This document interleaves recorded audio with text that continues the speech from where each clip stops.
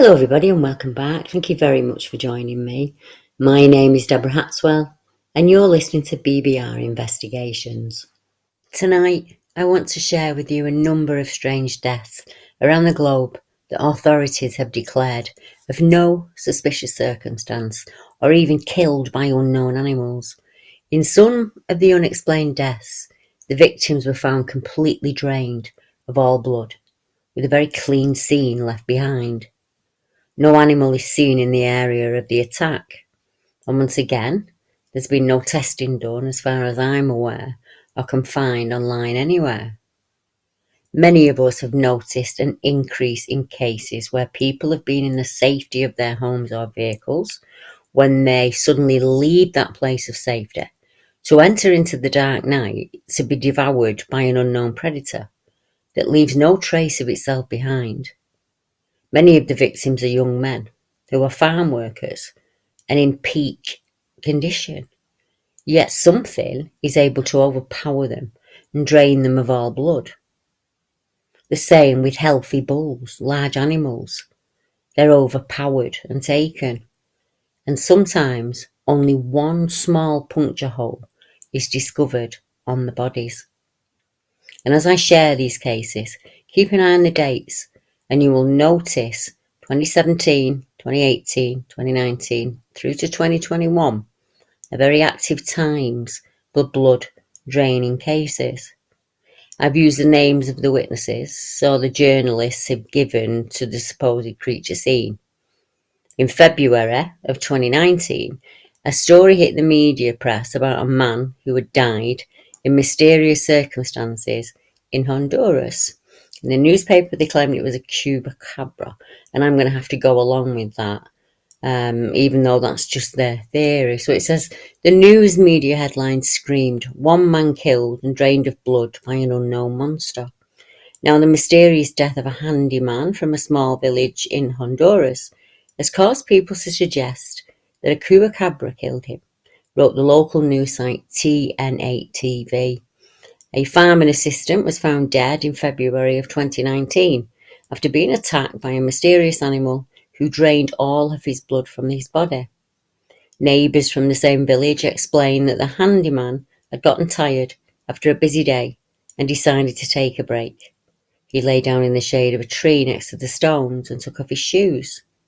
The unfortunate man did not notice that next to his resting place was the hole of some animal, and as he settled down to sleep next to it, an unidentified animal jumped out of the hole and firmly gripped his bare foot.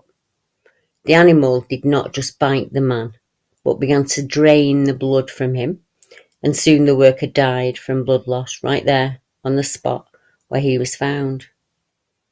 The body of the man was found by his relatives when they were worried that he did not come home in the evening, so they went out to look for him.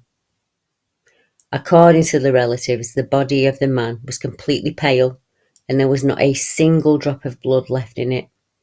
No further details of the case are currently known.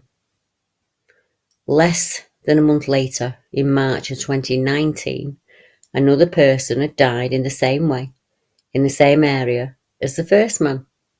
Once again, according to TN8 TV, the deceased was once again a young healthy male named Giovanni who went to a party in the city and was to return late in the evening to his village, but he never came home.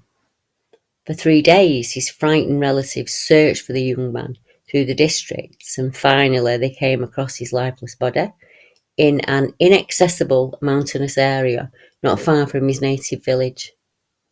Those who found his body were immediately puzzled by how the man had got into this area where he was found, as there are no paths leading in and out of there. And then the family began to inspect the body in an attempt to work out how Giovanni had died, and with horror realised that there was no blood left in his body at all. Something had completely drained him, just like the farmer. There were no traces of wild animals in the area, no tracks on the ground, and generally no strange traces around the body of the man were noticed. As you can imagine, residents of the region were on edge following this second puzzling death. and remarks made by the veterinarian brought in to consult on the livestock cases are not likely to quell those fears. The animal expert stated that whatever had killed the animals left no evidence behind. It managed to enter well-protected areas and seemed to strike its victim with remarkable precision. The massive amount of blood seemingly consumed by the predator left the veterinarian baffled as to what kind of creature could be behind the attacks. And remarkably, he theorized that the creature was a supernatural being. Did the vet believe it was some kind of entity or alien creature? Or was he referring to a well-known creature from his area, the goat killer, or the vampire di Mocca? The phenomenon of the chupacabra has been associated with the vampire di Mocca for as far as I can tell back in February 1975, when a Puerto Rican farmer told of his cattle losses, and other villagers began to explain that they too had lost livestock. It was reported up to 15 cows, 3 goats, 2 geese and a pig were all found dead with puncture marks in the suburbs of Mocha. Later autopsies showed that the animals' blood had been drained completely from their bodies. The incident made headlines, and police blamed the animals' death on stray dogs. When a cow was found dead with similar marks on its skull, a newspaper called the creature El Vampiro. Then, a series of isolated attacks took place on the island from 1992 to 1995. In March of 95, there was an incident where 8 sheep were found dead, and once again their bodies were completely intact, but all their blood had been drained, leaving behind puncture wounds in the chest. Researcher Mark Davenport and video producer Joe Palermo were in Puerto Rico at the time of the attacks. They were filming a documentary, and they described the animal deaths as a continuous daily event. Mark said, day and night over the radio and televisions, the locals were constantly talking about this chupacabra activity going on. This was very serious to them.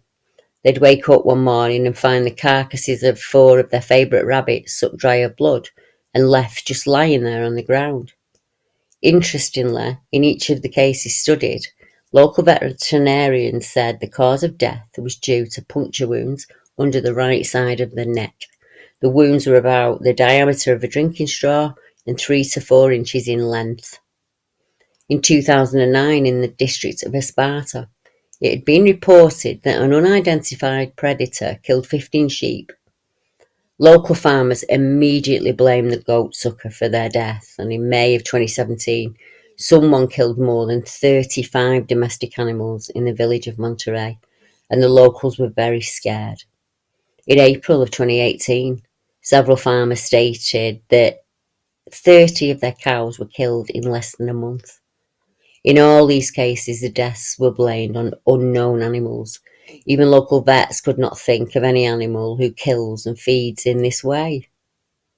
Some people believe the government were well aware of the animal deaths and had tried to bring into question the honesty of many of the villagers, as they dismissed their stories in the newspapers as tales of simple village folk. Yet they flooded the area with ground and air troops each evening, as if searching for something out there in the night, for months at a time.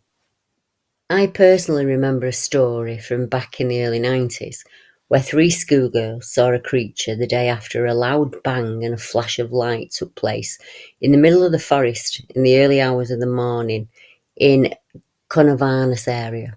Now, the girls saw a creature they described as crouched that was sat watching them, and it was hugging closely to the farm wall. The girls were terrified of the strange, almost kangaroo-like beast. They said it had red eyes and thorns going down its back. And when they were finally accompanied back to where they saw the animal, it was nowhere to be seen. Over the following nights, hundreds of people all across the country began to report that their chickens, rabbits and livestock, and even pets, were being drained of blood and left on the ground. A similar thing happened in March of 96, when the Spanish talk show Christina aired the story of the Chupacabra. And immediately following the show, there were a tremendous amount of alleged sightings of the creature across Latin America and the United States.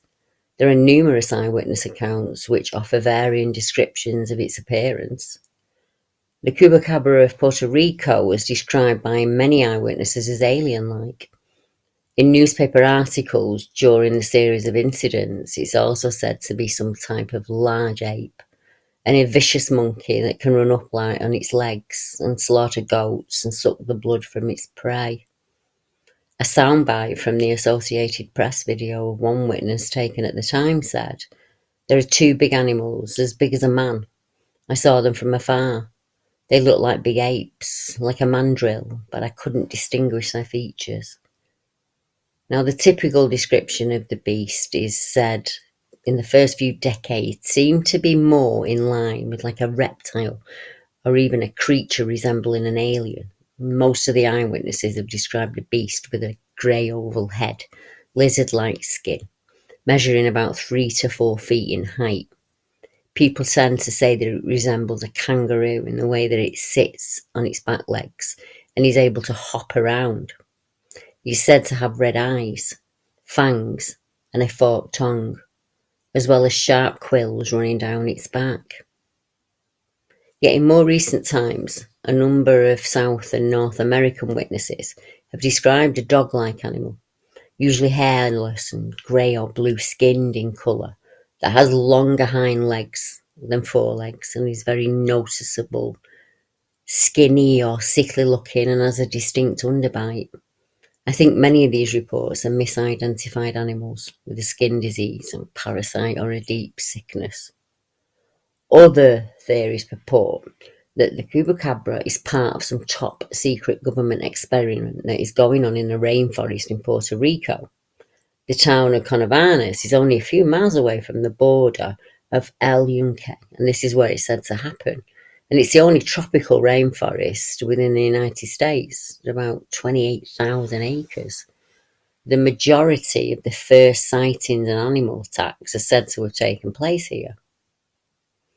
Then there are the skeptics who contend that these incidents are nothing more than attacks from ordinary animals such as wild dogs and coyotes. The animals go for the victim's neck, and their teeth-lean wounds resembling vampire bites, it is said. Instead of tearing up the carcass, a dog would normally do that. They're messy. Yet these guys are saying a simple bite to the neck of the prey would leave it to die. Well, I disagree with the supposed experts, as most animals are habitual to the extent that they kill in a distinct way. Dog kills are very different from a kill by, say, a mountain lion or a bear. The scene is very different, and there would be bodily fluids and DNA available on the bodies of the prey. I cannot find one report where a dog, cat, or bear has drained the blood of its prey, leaving the precious meats, minerals, and fats behind. Even stranger still is the lack of post-mortem predation. In most of these cases, there are no signs, even after weeks, that any scavenger has feasted, as would usually happen in nature. It can be a very quick process once the insect life and small critters move in. Yet in all of these cases, the carcasses were left alone. A lengthy investigation was launched by author and skeptic Benjamin Redford, and he documented this in his book, The Vampire Beast, in Fact, Fiction and Folklore, back in 2011. And it showed how eyewitness accounts of the said creature could be traced back to a single individual, a woman named Madeline Tolentino.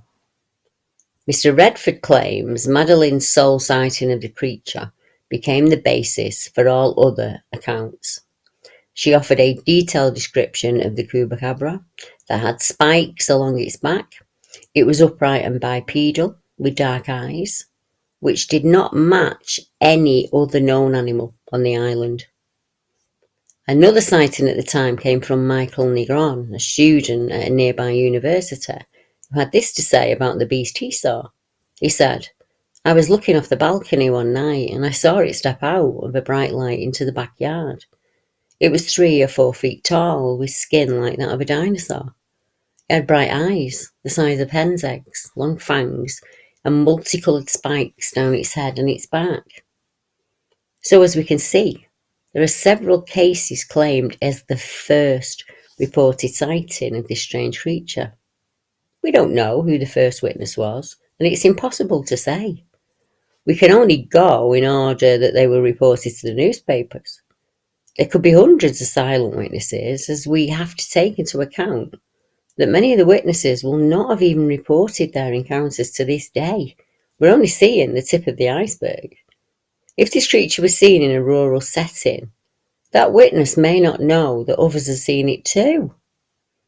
The animal deaths has not stopped, and in more recent cases, they are just as puzzling. A case from 2021, there was a staggering number of livestock and animals that were said to have been bled dry. A mysterious vampire beast has killed 50 livestock by sucking their blood dry, leaving farmers terrified it could be the legendary chupacabra. Officials and vets in northern Chile are said to be baffled after dozens of baby llamas and alpacas were found with puncture wounds in their chests.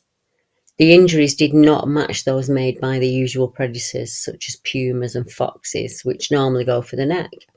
Farmers said it seems as if the creature only attacks at night and does not leave any footprints to help identify or track it, further adding to the local panic.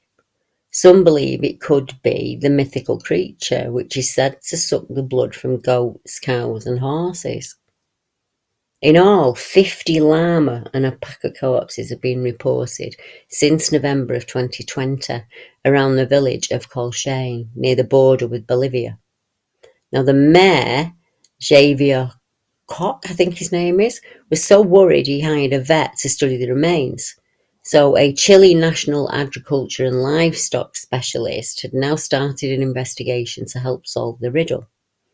Andrea Neto, the local vet surgeon, called in and examined the corpses, and she could not determine what had killed them.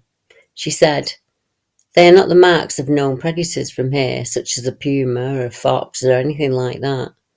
Only 2 perforations are seen at the thorax and nothing else. Apparently, from there the animal sucked and took all the blood, but a more exhaustive investigation is necessary." Her report ruled out attack by wild dogs. She said they ripped their prey apart. It also ruled out the possibility of bats. She said, "From the bite, I conclude that it is an animal with a small jaw due to the size of its fangs, which are very advanced at the front of the mouth, unlike other predators that have them more on the sides." The mayor said, "Given the concerns of neighbours, we will deliver all the information to the SAG so they can conclude what type of animal it is and how to contain it if necessary. And we will send reports to other agencies to help find this creature." When the first animals were found, some feared a sick and disturbed local was doing it. One farmer said, "At first, when 2 or 3 deaths appeared, we thought it was someone. But when more began to appear, we said no one could have such evil in them to keep doing this. And the deaths went on and on. My cousin told me it could be a creature called a chupacabra, which left a person badly injured in the south years back. It scared me, and we put up lights with solar panels to illuminate the pens and scare this animal away. I want them to find it so it stops doing harm." Another farmer said foxes had multiplied in the area, but the recent killings do not match attacks by any usual predator. He said, "Whatever this is, it makes a small hole, not on the neck, but at the side of the neck. It doesn't eat its meat or entrails. I've never seen anything like this before. It attacks at night, and the animals don't appear to defend their young." The SAG confirmed it sent officials to examine the 2 most recent baby llamas killed, and they went looking for bite marks and footprints that could identify the predator. However, in both cases, the animals had been removed from the scene of the attack, which made investigative work rather difficult. They have set up camera traps hoping to capture images of the killer. Now, the legend of the chupacabra is known and has been seen as far north as the US state of Maine and as far south as Chile in the Caribbean. It's also been seen in Latin America, Mexico, and Florida. The creature also allegedly has been seen in Eastern Europe, including Russia and Kazakhstan. Disturbed farmers in Russia's third largest city in Siberian region have asked priests to bless their flocks because they fear that an evil beast was behind a series of brutal attacks. Villagers say that the El Chupacabra beast does not eat the corpses of the animals it kills. It just drinks their blood until they are dry. They say it's the puncture marks that are seen on the necks of the dead animals that are unusual, and that's what's led to the name of the vampire dog. One local said, "It comes from the devil and I've seen it." The police won't act. They're worried if they write down vampire on a report, they'll look like cranks, but we know what we've seen. There's been dozens of corpses, he said. Nearby villages have also been affected. It comes from the devil. My brother's even seen it and he lives near St. Petersburg. He saw it 7 years ago. He accidentally photographed it. He took his usual family photo and then he saw the demonic face through the kitchen window. It was grey and had red eyes and a very unpleasant face, like a bat with fangs. My brother showed me this photograph and upon the advice of his family, he burnt it. A vampire-like creature is said to have massacred 8 sheep in a Ukrainian village in 2018. The local vet stated something has fully drained blood out of their bodies. There's not even a drop of blood in the animals' hearts. They're just empty. I've never seen anything like it before. In a terrifying incident, villagers in eastern Ukraine in the Oblast region have started to report animal deaths where their livestock has been drained of blood. Local authorities, vets and villagers say they have no idea what kind of creature could suck all the blood from 8 adult sheep. One farmer discovered his dead animals in the morning when he was moving his flock of sheep from an open-aired sheepfold into pasture. The corpses of the sheep were scattered in different parts of the sheepfold, he said. It looks like they were hunted and taken one by one. The farmer says he now plans to install CCTV cameras in the sheep pen to catch the mysterious animal. A local vet with 40 years of experience examined the victims and she said that each corpse had 2 holes on the neck and some of them had holes in their legs where the veins and arteries were located. All the blood was sucked from their bodies through the holes in their necks and legs. I did not find any single spot of blood on the ground near the corpses, she said. When she did an autopsy on some of the corpses, the vet said that she was even more shocked. There was not even a drop of blood in the animals' hearts. They were just empty. I've never seen anything like it before. Each of the sheep killed weighed about 150 pounds. The terrified villagers say they cannot imagine what kind of creature could be so vicious. The vet was shown a picture of a footprint that someone had found near the fence of the sheepfold, which the farmer believes belongs to the mysterious vampire-like creature. Some say that the footprint is similar to that of a wolf or a large dog. Unfortunately, that photograph of that footprint is not out there on the internet anywhere. I couldn't locate it. A local hunter believes that a wolf or a dog could not have killed the sheep. He said, "We don't have wolves in the area as we do not have large forests here. If it had been a wolf, it would have pulled the carcasses to a safe place before eating it. Also, a wolf usually eats the flesh of its victim. It couldn't have been a fox as they don't attack animals larger than they are." One local woman said, "All this is a mystery to us. I'm afraid to leave my house." A US teenager in Texas also claimed that he'd shot and killed one of the creatures. Carter Pope said he spotted the hairless predator prowling an open field when he shot at it. He said, "I shot it at it 3 times. Its back legs were shriveled up. I honestly think it's a chupacabra," he said. Then, the carcasses of 5 bulls were found, mysteriously mutilated and drained of blood, on an Oregon ranch in October of 2010. Harney County Sheriff's Deputy John Jenkins has received many calls and emails from people speculating who or what might be responsible. Colby Marshall, vice president of the Silvies Valley Ranch that own the bulls, thinks a cult could be responsible for the deaths. The first dead bull was found in a timbered ravine. There was no indication it had been shot, or that it had been attacked by predators, or even eaten a poisonous plant. The animal's reproductive organs and tongue had been removed, and all of the blood was gone. In the next few days, 4 more bulls were found within 1.5 miles in the same condition. There were no tracks around the carcasses. Ranch management and law enforcement suspect that someone killed the bulls. Ranch hands have been advised to travel in pairs and to go armed. Ever since the bulls were found over several days, Harney County Sheriff's Deputy Dan Jenkins has received many calls and emails from people telling him what they think they're responsible. The theories range from scavengers, such as carrion bugs, eating the carcasses, to people attacking the animals to cause financial harm to the rancher. But on all of the bulls, no meat was removed or taken. The only wounds were puncture wounds from where the blood was drained. Deputy Jenkins, who is leading the investigation, also involves the state police, says he's run into only dead ends. He has no eyewitnesses. If anyone has any concrete information and knows of any cases that have been solved in the past, that would be delightful to help, he said.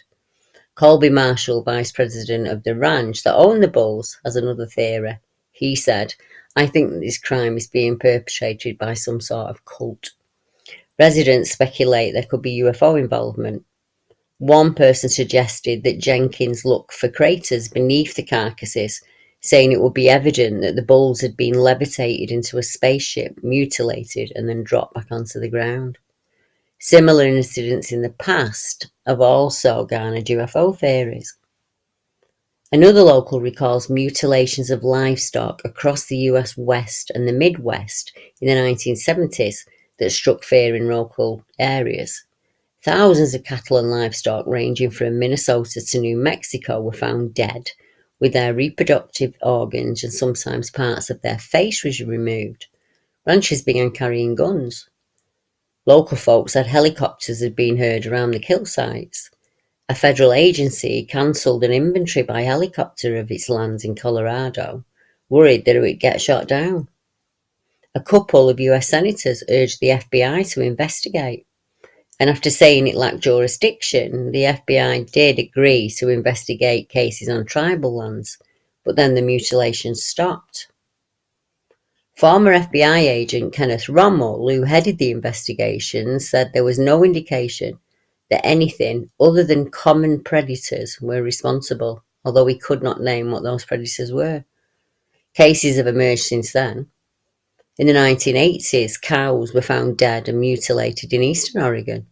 And more recently, there have been cases on a ranch near Flagstaff, Arizona.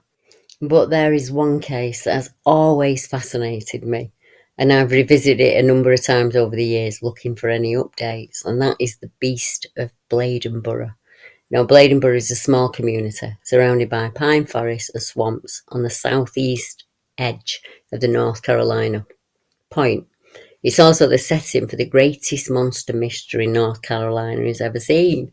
The story begins in Bladen County in the town of Clarkton. On December the 29th, 1953, a local woman heard her neighbour's dogs barking and whimpering outside. When she went out to investigate, she saw a large creature skulk off into the darkness, and that was the first sighting of the beast of Bladenboro. 2 days later, the creature would strike again. On New Year's Eve, the police chief was called out to the farm of Woody Storm, and 2 of Mr. Storm's dogs had been killed by something large and powerful. The poor dogs' bodies had been completely drained of blood. More reports started coming in, and DG Pate said he watched from his service station as a dog was attacked by a large creature and dragged off into the woods. The chief was inundated with reports of dogs being attacked from across the country. People say they saw an animal, like a bear or a panther, that was 3 feet long and 20 inches high, with a tail and a cat's face. Others reported hearing the creature's scream coming from the swamps near the town, saying it sounded like a woman with a knife stuck in her back. On January the 1st, the bodies of 2 more dogs were discovered, and these 2 had been drained of blood. The chief decided it was time to call for help, so a team of professional hunters were promptly brought from the Wilmington area to track down the animal. The chief accompanied the tracking party and said he saw footprints the size of a silver dollar. Then, on January the 5th, the beast of Bladenborough attacked a human. That evening, Mrs. Kinslaw heard the sound of whimpering dogs outside the house. She went outside to investigate, and when suddenly she saw a large cat-like creature rush towards her. Mrs. Kinslaw screamed, and her husband rushed outside. The beast was frightened off and fled back into the woods. Newspapers picked up the story, and soon Bladenborough was overwhelmed with a flurry of hunters coming in, eager to bag the beast. Over 600 men from as far away as Tennessee descended on the town. A fully armed pack of brothers from the UNC Chapel Hill made its way down to the town to see about putting the beast's head on their wall. But nobody knew exactly what they were hunting. Speculation began running rampant. Some thought it was the Carolina panther, a species of large cat that had lived in the area until about the 20th century, but that was now thought to be extinct. Others said they were dealing with a coyote or a stray dog. Most of those who'd been descended on Bladen County thought that the only way to find out for sure what the beast was would be by killing it. The town was terrified. At night time, we're really feared around these parts. As the sun sets, the entire community on the west side of town goes indoors and doesn't come out unless necessary, said one local man. The fear of the beast has had a very real effect on Mr. Butler and his family. He said, "We didn't live in the town limits at the time, and almost everyone had an outdoor privy. As well as the outdoor privy, most houses had a thunder jug, or as we say here in the UK, a gazunder, a big pot or jug that would be used in the night, and you'd empty it out the next day. That jug got plenty of use," he said. Deciding that things were getting too dangerous, Bladenborough Mayor Mr. Bob Fussell and Chief Ferrez called an end to the hunt, and on January the 13th, taking an unusually large bobcat that had been trapped by a local farmer, the 2 men hemmed up the flagpole, hung up the body in the centre of town, and they posted a sign underneath saying, "The Beast of Bladenborough." After a week or so, things settled back to normal. The hunters left town, and the reports of killings stopped coming in. Whatever the beast of Bladenborough was, it had vanished back into the night and the swamps from where it had first emerged. Much earlier in the state of Idaho, a spate of cattle deaths had baffled locals and experts alike. The cases were studied by Don Mason, a MUFON investigator, in the 1970s and 80s. The towns of Jerome and Bliss had been plagued by a bizarre series of mutilations since the 1970s. Cattle, deer, and sadly, even a human male had been found with their genitals removed. The bodies had been drained entirely of blood, and no discernible footprints or other forensic evidence left the scene. As in South America, the official explanation by law enforcement is cult killings, but no arrest has ever been made, and no cult has ever been named or identified, or even claimed responsibility. Officially, there would be 1 human found in 1979, and cattle up to 1989, as well as an undocumented number of deer, all found dead in the same region of Idaho, with strangely similar mutilations. Vital organs would be removed, as well as bodily fluids, and in addition, there would be no visible tracks at all at the scenes. Don had one of his most notable cases in 1979. According to his report, 2 hunters in the Bliss and Jerome area of Idaho literally stumbled across the body of a man that had been hideously mutilated. The body was in the literal middle of nowhere. and it was naked, except for a pair of underpants. His reproduction organs had been removed, just like the cattle. His lips had been sliced, and several other classic mutilation cuts were found on his body. And although he was in very rugged country, his feet were bare and showed not a mark, as if he'd not walked in the terrain. There was no other tracks, either animal or human, that were evident anywhere. And after the police were notified, an extensive search was mounted, and miles away the man's possessions were recovered. Yet no one knows how the body ended up where it was found, or even more importantly, what happened to him. It should be noted that this area has also had, over the years, many unexplained UFO reports and other cattle mutilation cases. Don Masons would continue to investigate similar mutilation throughout the state, and an exact number remains unknown. However, Mr. Mason does share an interesting story of two separately owned cattle mutilated right outside the owners' homes in the same region, with the same general characteristics of the mutilations 10 years earlier. The animals, two cattle attacked on the same night, but each owned by different ranchers, were somehow killed, had their organs removed, bodily fluids drained, patches of hide surgically removed in the dark. As of this date, the final lab reports are not back yet, but already the Sheriff's Department have labelled it a cult killing.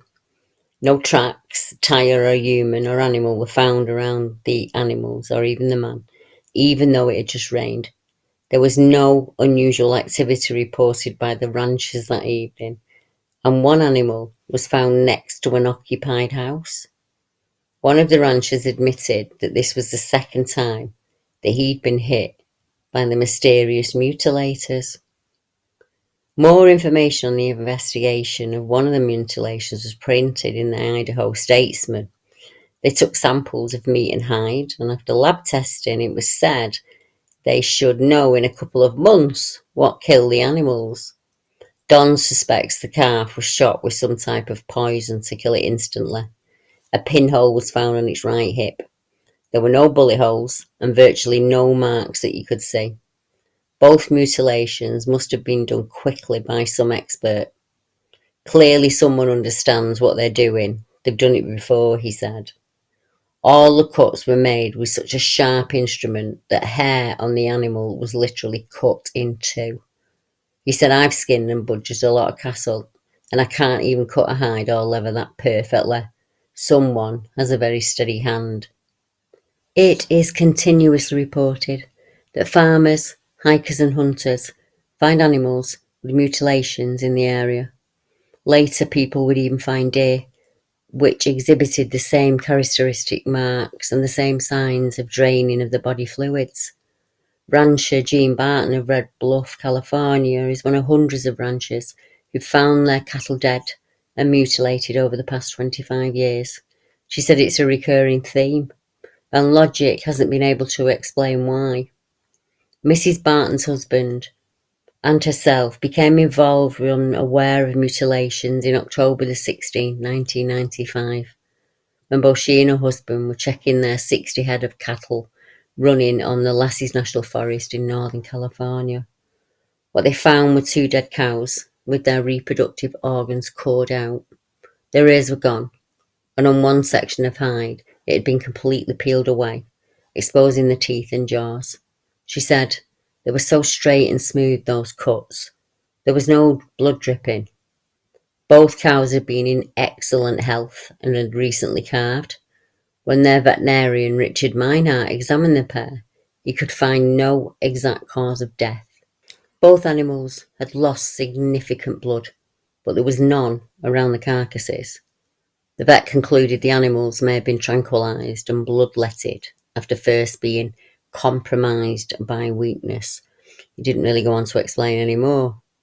He said the evidence does not suggest predators, so I don't know who or what did it. In December, rancher Tim Howard lost a pregnant cow to a similar fate 100 miles north in Klamath Falls. A calf was found mutilated in Paisley. in April. Mrs. Barton now knows all the stories because she decided to speak out and people are sharing with her. She knows some people will think she's a kook, but the president of the California Cattle Women's thinks the issue is too important to ignore. She said livestock publications don't tell ranchers that this is going on. Most ranchers who have it happen to them don't want to bother with the media. They're out there alone. Since then, another cycle of report erupts, and she said it does so every 5 or 6 years. The last one was in eastern Idaho, with more than 30 cases of mutilations reported from Bear Lake to Rigby.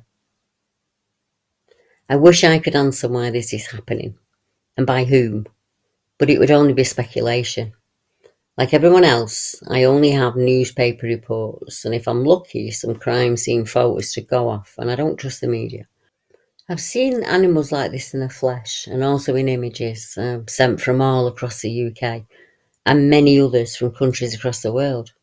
I've seen sheep on top of tall telegraph poles, deers in trees and on pylons as if dropped from above. Granted, I'm sent many images of natural things, although strange looking deaths, but some deaths do look strange, but they're not, they're just natural.